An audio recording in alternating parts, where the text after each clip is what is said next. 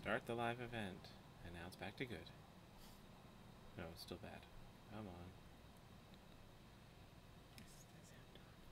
The sound is on. People can hear us. Oh boy, we shouldn't say anything. We should use our good voices.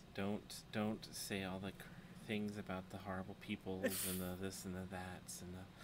Keep it quiet because the camera microphone's live. Hopefully it's working.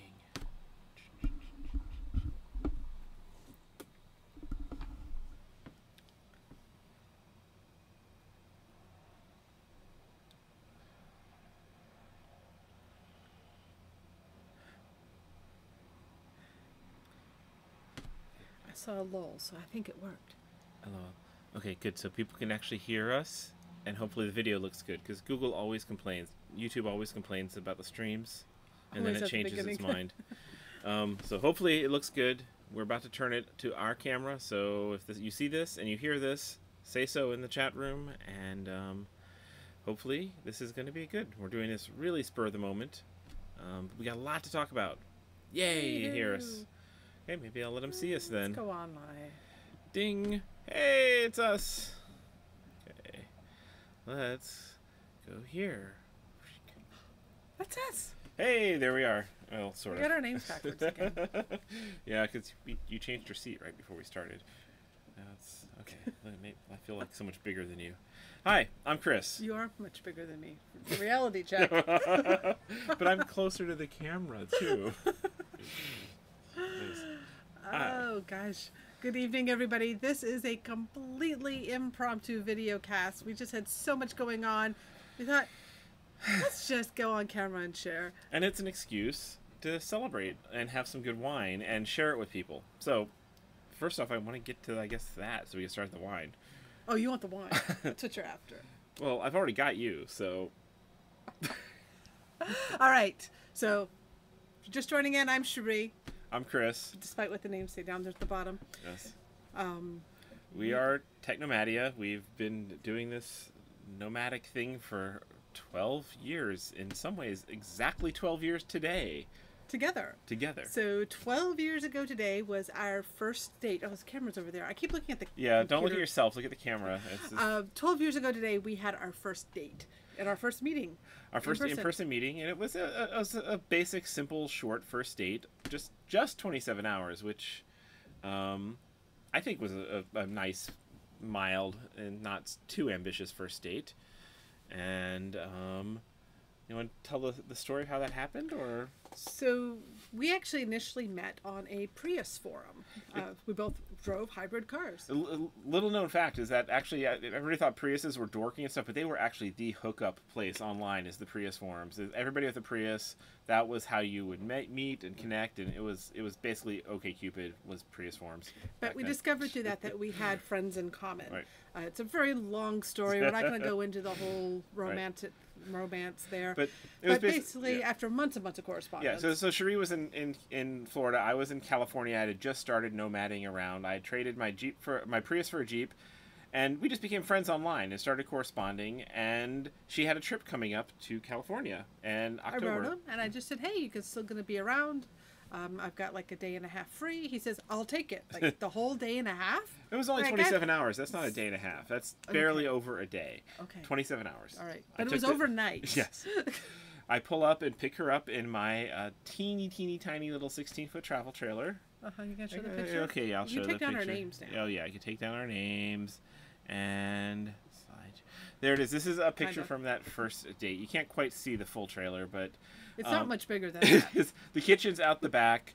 Cherie's like, I have to work during the day, and I'm like, well, I'll take you stealth boondocking, and we boondocked on Treasure Island. That's not very stealth, by the way.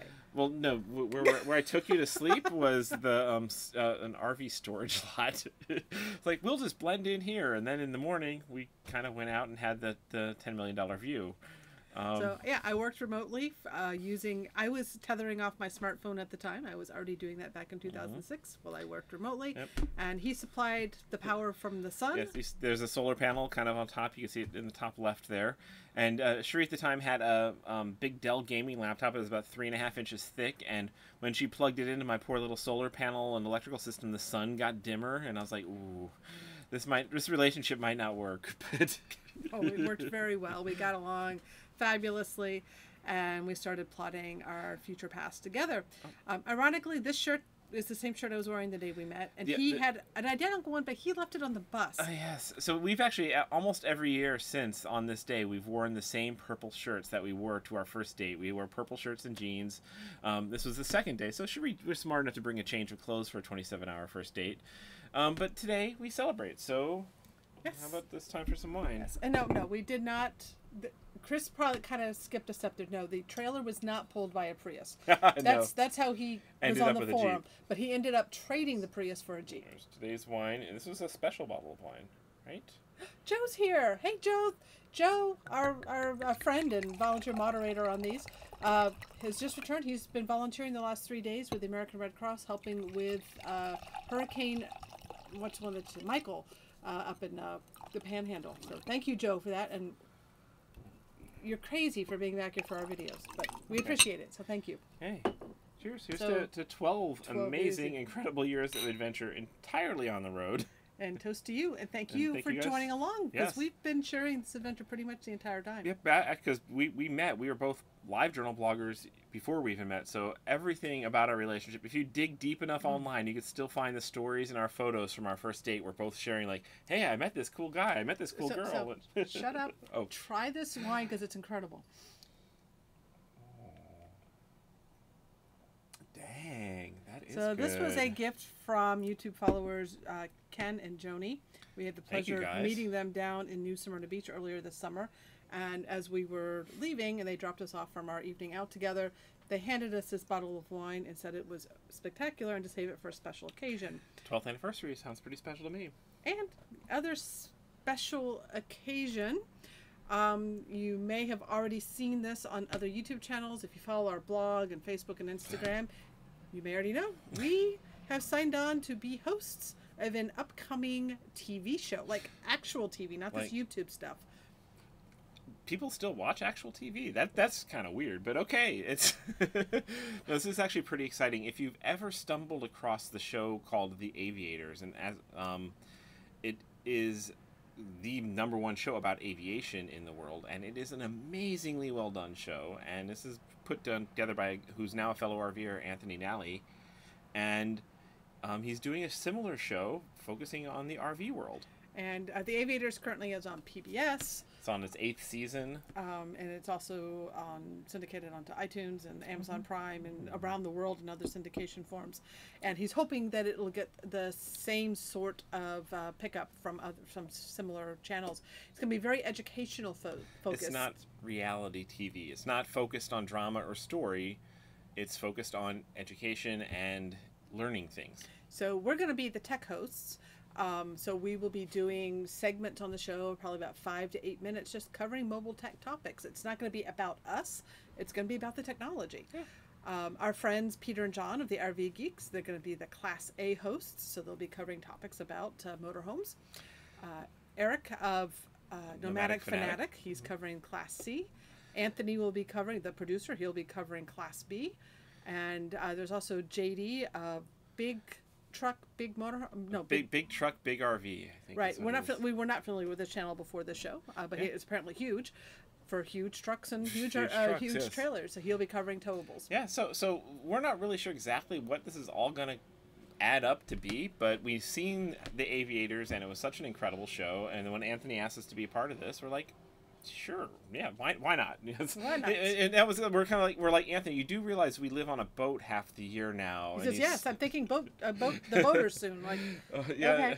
So that was our first concern. Was we're #1. We have been asked to do a lot of TV shows and documentaries over the years, and the things that always turn us away from it is either they're reality based, which we're just not about recreating and staging things. It's like, okay, we want to come and follow you with a camera crew for 2 weeks. Can you make it all exciting? Can you make it, we need a lot of drama. And so if you've got some things you can recreate and stage and we'll help you. I'm like, no. It's like, can we go nonstop from Burning Man, then Epic Kills, and then can you have a breakdown on the side of the road? I was like, these things aren't, it just doesn't happen that way on the road. So it's not about us. It's about the education. It's about the technology. So we liked that. We're going to be filming our own footage, so we're not having to coordinate with a film crew. There might occasionally be stuff with film crews, but mostly it'll be us. And it's not like it's a full-time thing. It's going to be a couple 6-minute or 8-minute segments spread out over an entire season. So basically, so we still split our year with our RV. So when we're in our RVing months, we will just film the segments that we need for the upcoming season, submit those to the production team. They handle all the production. So it shouldn't take that much time.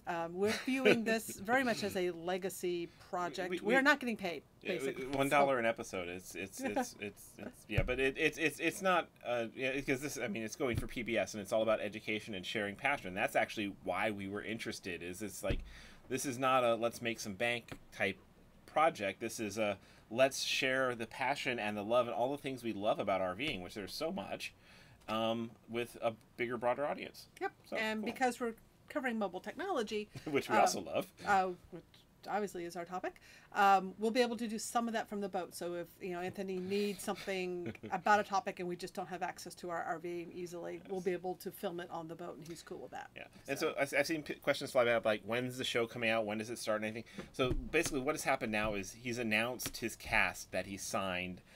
He's gathering up a little bit of footage to make a teaser reel, and is now hoping to get the underwriting and stuff to produce the episodes and get networks to sign up for a first season. So he just had to find sponsors to fund this, so he's hoping to do that. That's what he's working on now. And that can take a long time, and there's no guarantee that will actually happen. The biggest guarantee is that he's had such a huge success with the Aviators, so he's got a track record of doing... Can we get the Aviators off and go back to full screen? Yeah, let's go back to us. He's got a huge history of doing a really cool show. So, if it happens, we're really excited about it, and we're very eager to be a part of it. So, cool, fun. So, yeah, we're excited. We'll probably, because we'll be moving back to our RV here in about a month. And so over the winter, we hope to film a few segments for him and get those in the queue form. So, but it's probably not going to be until mid-2019 or later. So even if everything goes great, it'll be probably the second half of next year that episodes will come to the world. But, he knows how to make professional television, so it should be cool. Cool. All right. This is really good, by the way. It really is. All right, so next in our announcements is we are at Anchor right now. If you've been following us more in real time, our travelogue stuff, we just arrived to Jacksonville. That was back in August.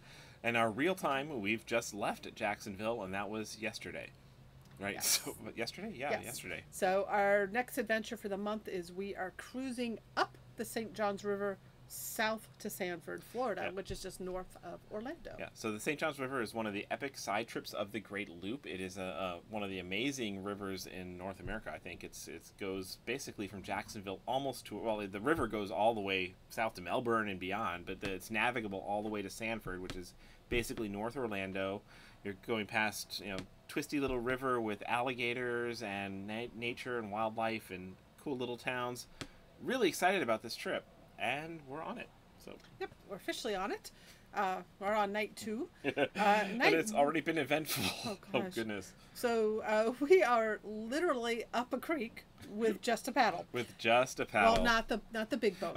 So yeah, let's see if you could guess what's going on here. That's the RVers. That's not it. So is there something missing here? Something about our dinghy that might not be quite correct. And maybe this will make it a little bit more obvious. Something missing. You can actually see where our boat is anchored back there. And we just had to row our boat ashore. Hallelujah. Right, yes. So we were anchored in Doctor's Lake last night, which is just south of Jacksonville, and we had plans to go to Whitey's, which is a famous fish camp, for dinner. So we dinghied over. It's about 2 miles. We're up on plane, dinghies running just smooth and beautiful.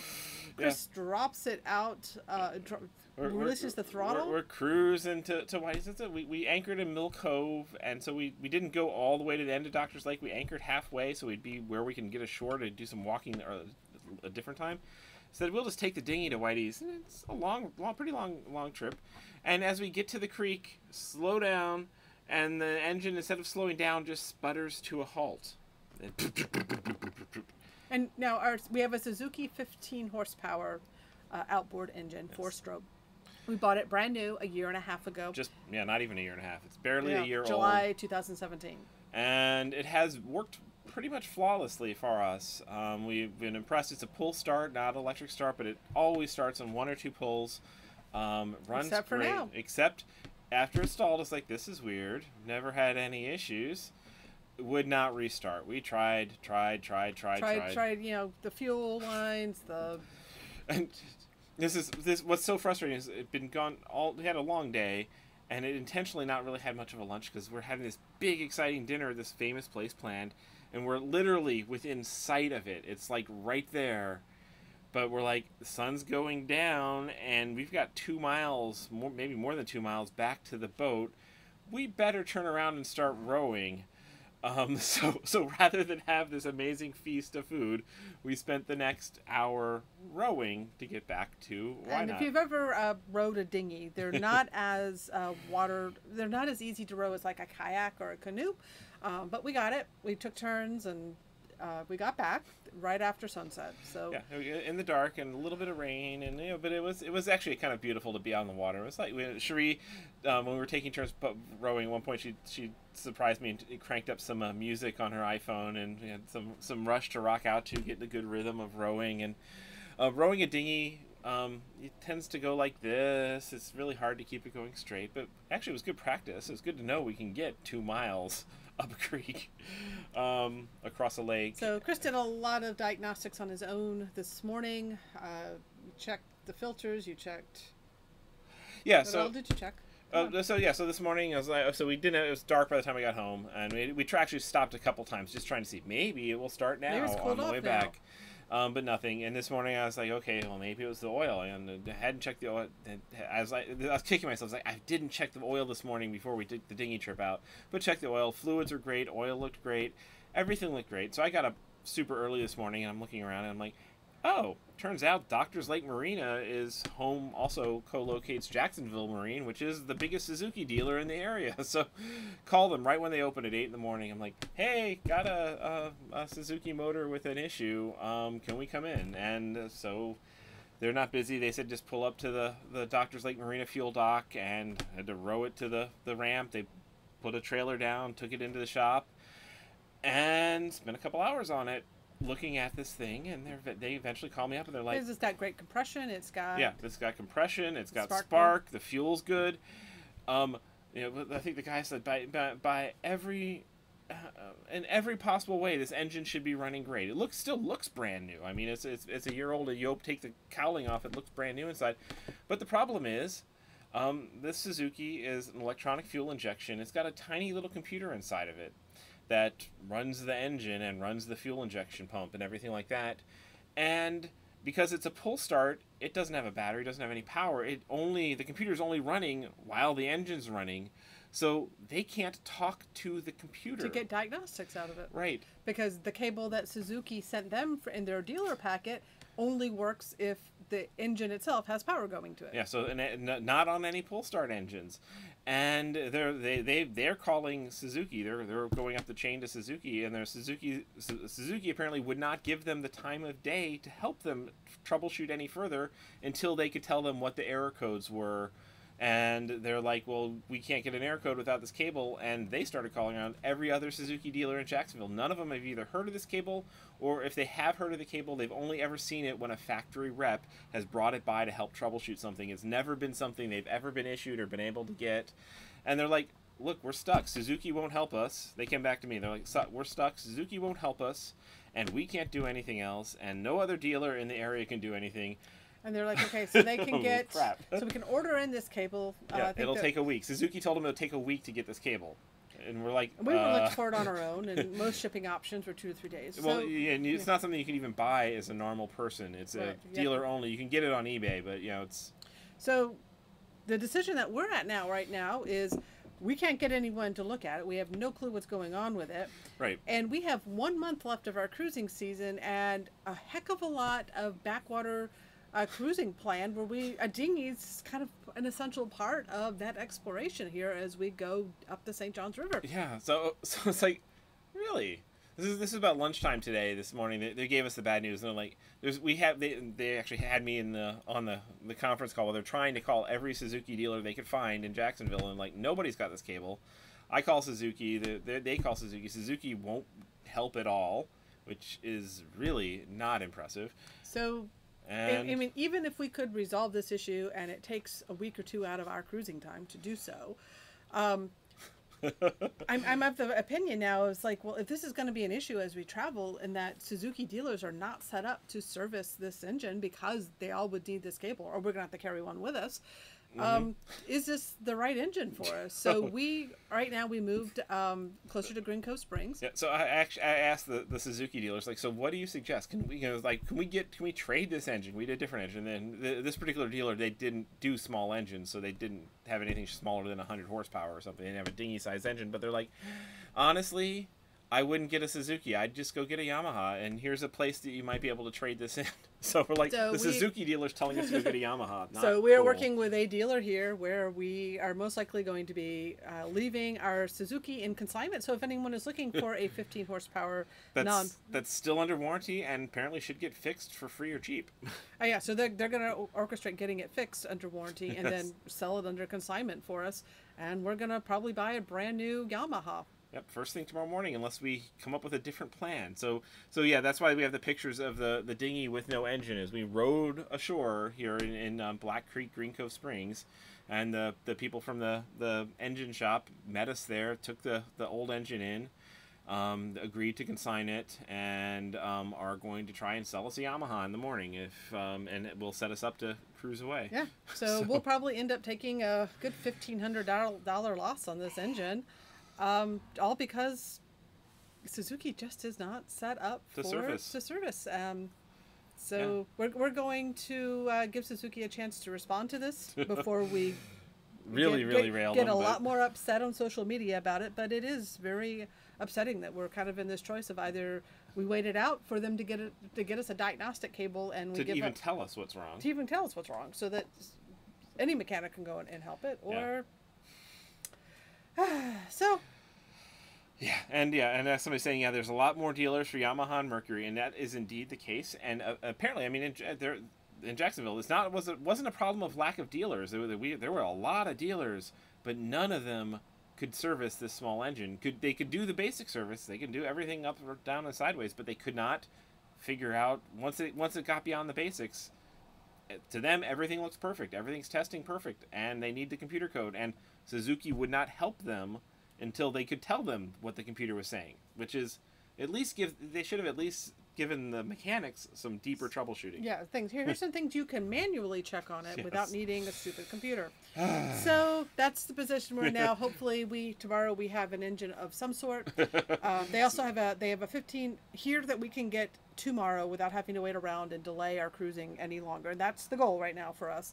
Is they do have a 15 horsepower Yamaha with electric start, which would mean we'd also not have to carry a battery around. So right, and this shop we're buying from, or potentially buying from, usually doesn't deal with smaller motors either, and they're like, they don't have a small battery. I'm like, okay, they want to give us a huge starting battery with 1,000 amp start cranking. I'm like, that battery is 30, 40 pounds. No, we're not putting a 40-pound battery in our dinghy. That's a manual pull-up dinghy system. I'm not adding another 40 pounds. So in the morning, they're going to talk to the tractor supply place and try to figure out if they can get a small starting battery. I'm like, oh, headache, head hurting. But anyway, so yeah, that's the one option is a 15 horsepower electric start Yamaha, brand new with a 6-year warranty, or a 9.9 horsepower gently used pull start Yamaha that is quite a bit cheaper, but it would be a step down in horsepower for us. So we're trying to decide, is 9.9 going to be enough for us? And then we don't have to worry about dealing with battery issues. So we're going to do a little bit of research on that this evening. But that's where we are right now. What else? Is that it? Is that it? I think that's it. Yeah, if anybody's in the Green Cove Springs area and is a Suzuki mechanic who happens to have the special cable, hey, let us know right away. Maybe we can fix this in the morning, but otherwise we're kind of hosed. Otherwise we're going to be getting a Yamaha. Yamaha. All right. Okay. Walmart battery. No, so the point is most batteries sold. We're looking for like a motorcycle battery. Yeah. The car batteries. That's the problem. Is like, well, here's one of these batteries we use in our bigger boats, and it is it's a full size battery, and I'm like, no. No, it's a little dinghy. We don't want to add the weight. Dinghy. And it only needs 245 cranking amps. Whereas those big ones have like 1,000. So. Yeah. Actually, like a lawnmower or a motorcycle battery. Their batteries exist, and it's like. It was actually kind of disappointing that this particular shop has selling the new Yamahas, but didn't really hadn't thought through what batteries to stock to go with them. So anyway, I'm sure we'll work it out tomorrow. But if anybody has any particular advice, that's today's latest cruising challenge. Yes. So hopefully we have a dinghy that is now maneuverable with an engine and paddles, and we can continue this adventure and have those side explorations. So I have to say, I actually really liked getting the good fitness workout of paddling, but like just this last experience getting back to here with whipping wind and current. Paddling's fun for exercise, but you don't want to have to paddle because it's all about choice. Yes, particularly if the wind and the current are faster, stronger than you can paddle, you're hosed. You really want an engine. So there's a recommendation to go ahead and put the story out on Twitter and Facebook and things like that, and just see if Suzuki responds that way. I mean, it's going to YouTube right now, so maybe they will find it. I don't know if they'll tweet it or... This isn't SEO'd for true. Suzuki. Suzuki. Yeah. Yeah. It's overall. I mean, the engine was great. It has great reviews, but apparently their service network has got issues, particularly for I guess these small ones that don't have a battery, but they do have a computer. So challenge. Yes. Anyway, that's our update in news. If anyone has questions for us, we'll hang out for a little bit longer. Otherwise, we'll let you get back to your evening. So a lot of people are suggesting options. So remember, we want something we can get away from here tomorrow. So. Yes. So yeah, basically our biggest option is what can we get in Green Cove Springs, Florida. Podunk, Florida. Podunk, Florida, or Jacksonville. I mean, we're still in the greater Jacksonville area, but what can we get delivered to our boat tomorrow so we can head up this really remote little river? Because we're not going to wait around for we don't have a mailing address. We have no chance to ship anything. It's what can we get delivered to a dock that we can row over. That's why we're quite fortunate to find a little marine store that will pick us up at the dock that we can get to and help us out with take our motor in and hopefully sell us a new one. Fun. That's kind of the nature of cruising. You hit bumps in the water and you deal with it. You always have a plan B in mind. So Ron asks, when do we expect to be in Sanford? Hopefully end of the month-ish. So yeah, take as much time as we're enjoying. Yep, looks like we will be having a meetup, but it'll be Patreon exclusive since Patreons are pretty much the only ones who responded. Yes, that's true. So we won't go through the effort of organizing a public one as well. It's already going to be enough to organize at its never having been there and not knowing our arrival date. So. But yeah, there will probably be some sort of gathering in Sanford. If you're following us closely enough, you'll probably find out about it. And yeah, so the delicious restaurant dinner is on a rain check, and oh yes, yeah, Whitey's. Maybe when we're coming back down the St. John's, we'll hit Whitey's. There's actually several other fish camps as we go up the river. That's kind of the thing we'll need a dinghy to go to all these funky little restaurants that are only accessible by water. And what are you saying? It just said we're not getting any data at all. Well, it looks like we dropped. Uh-oh. Network drop. It's getting better. Okay. Okay, I think we might have had a network drop, and it looks like it came back. I'm hoping. Yeah, it looked like it was a complete drop, but hopefully I think we're back and nothing was lost.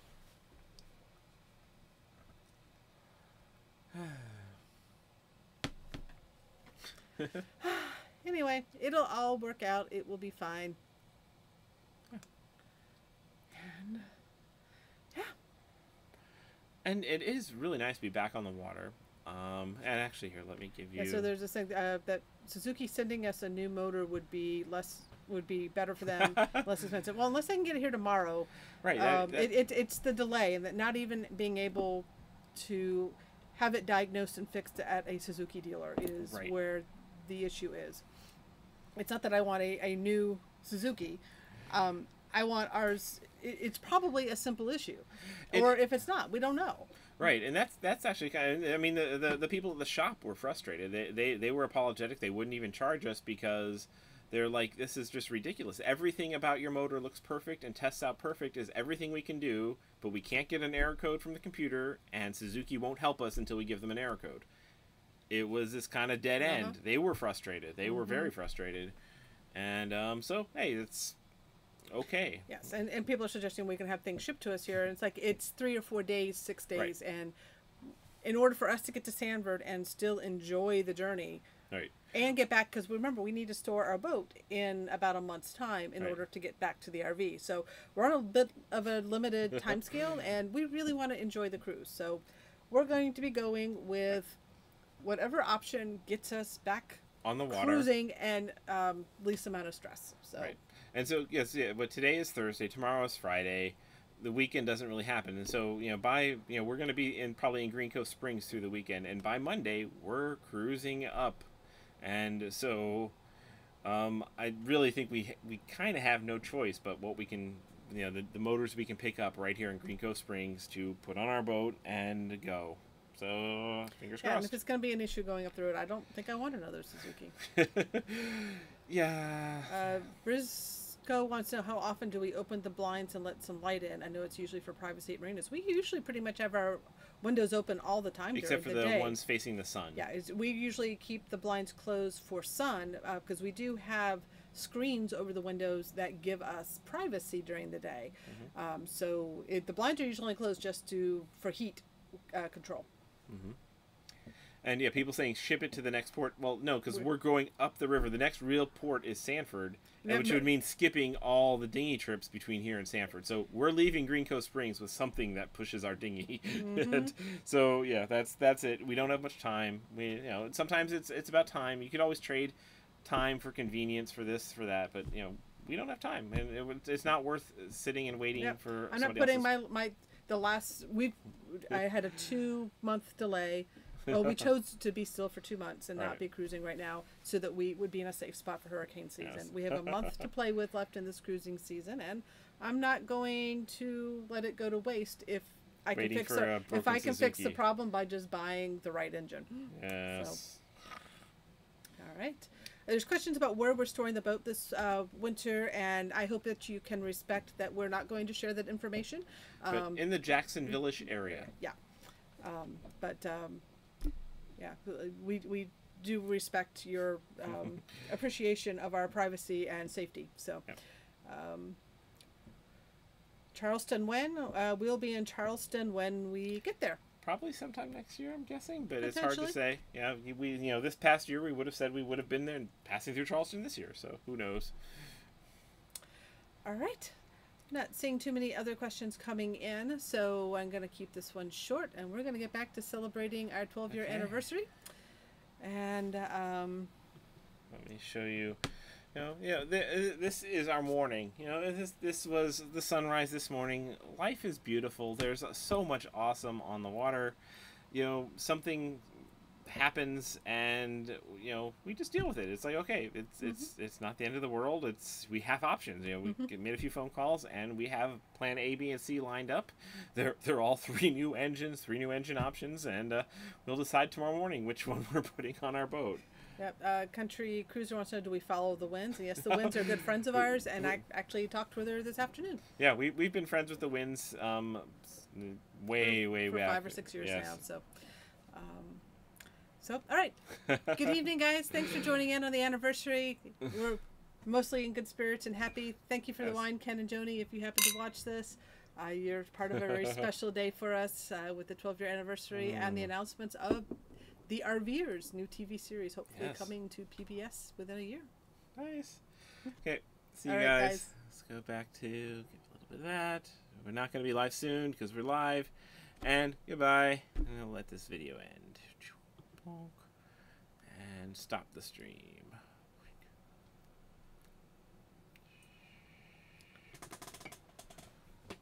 Cool.